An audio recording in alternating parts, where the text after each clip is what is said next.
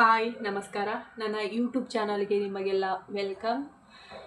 ನಾನು ಇವತ್ತು ಒಂದು ಸುಂದರವಾದ ಬ್ಯೂಟಿಫುಲ್ ಆಗಿರುವಂತಹ ಪವಿತ್ರತೆಯ ಕಥೆಯನ್ನು ನಿಮ್ಮ ಮುಂದೆ ಹೇಳೋಕ್ಕೆ ಹೊರಟಿದ್ದೀನಿ. ಸೊ ಈ ಕತೆ ಯಾರ್ದಪ್ಪ ಅಂದರೆ ನರ್ಮದಾ ನದಿದು.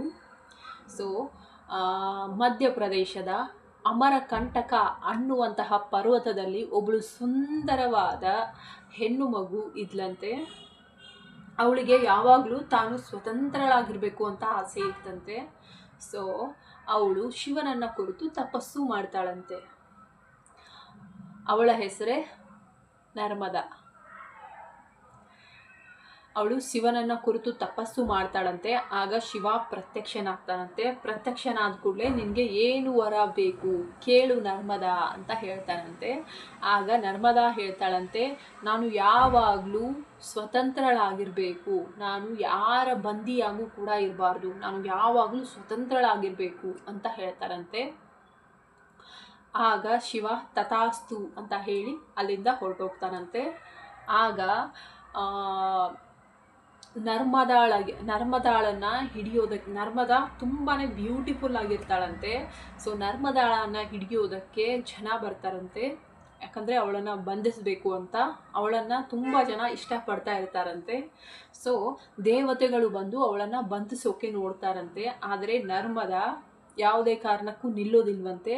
ಸೊ ಕಡೆಯದಾಗಿ ತನ್ನನ್ನು ಬಂಧಿಸಬಾರ್ದು ಅಂತ ನರ್ಮದಾ ನದಿಯಾಗಿ ಹರಿತಾಳಂತೆ. ಸೊ ಅದೇ ಅಮರಕಂಟಕದಿಂದ ಕೆಳಗಡೆ ಬಂದು ಕೆಳಗಡೆ ಜಾರಿ ಜಾರಿ ಜಾರಿ ಜಾರಿ ನದಿಯಾಗಿ ಹರ್ಕೊಂಡು ಹೋಗ್ತಾಳಂತೆ. ಸೊ ಇದು ನರ್ಮದಾ ನದಿಯ ಕತೆ. ಸೊ ಕತೆ ಬ್ಯೂಟಿಫುಲ್ ಆಗಿದೆ, ಒಂದು ರೀತಿ ಸುಂದರವಾಗಿದೆ. ಸೊ ಚಿಕ್ಕ ಕತೆ ಆದರೂ ಹೇಳಬೇಕು ಅನ್ನಿಸ್ತು. ಸೊ ಹೇಳಿದೆ.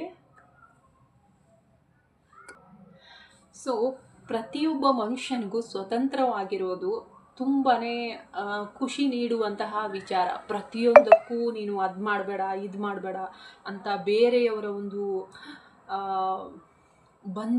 ಬೇರೆಯವರ ಒಂದು ಕೈ ಹಿಡಿತದಲ್ಲಿರೋದು ಒಂದು ರೀತಿ ಹಿಂಸೆ ಆಗುತ್ತೆ. ಪ್ರತಿಯೊಬ್ಬರಿಗೂ ಸ್ವಾತಂತ್ರ್ಯ ಬೇಕು, ಅವರವರ ಸ್ವಾತಂತ್ರ್ಯ ಬೇಕು. ಅಂದರೆ ಅಡಲ್ಟ್ ಆಗಿದ್ದಾರೆ ಅಂದರೆ, ದೊಡ್ಡವರಾಗಿದ್ದಾರೆ ಅಂದರೆ ಅವ್ರಿಗಿಷ್ಟ ಬಂದ ಹಾಗೆ ಇರುವಂತಹ ಒಂದು ಸ್ವಾತಂತ್ರ್ಯ ಬೇಕು. ಅಂದರೆ ನ್ಯಾಯಯುತವಾಗಿ ಒಂದು ತಕ್ಕ ಮಟ್ಟಿಗಾದರೂ ಒಂದು ಸ್ವಾತಂತ್ರ್ಯ ಬೇಕು ಪ್ರತಿಯೊಬ್ಬರಿಗೂ ಕೂಡ.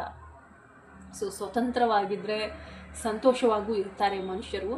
ಆದರೆ ಪ್ರತಿಯೊಂದಕ್ಕೂ ಅಸ್ವಾತಂತ್ರ್ಯ, ಅಸುರಕ್ಷತೆ ಇದೆಲ್ಲವೂ ಇದ್ದರೆ ಮನುಷ್ಯ ಬದುಕೋದು ಕಷ್ಟ. ಸೊ ಸ್ವಾತಂತ್ರ್ಯ ಅನ್ನೋದು ತುಂಬಾ ಇಂಪಾರ್ಟೆಂಟ್.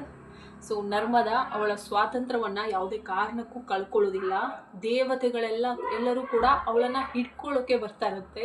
ಅವಳು ಅವ್ರ ಕೈಯಿಂದ ಹೇಗೆ ತಪ್ಪಿಸ್ಕೊಳ್ಳೋದು ಅಂತ ಗೊತ್ತಾಗದೆ ನದಿಯಾಗಿ ಹರಿದ್ಬಿಟ್ಲಂತೆ.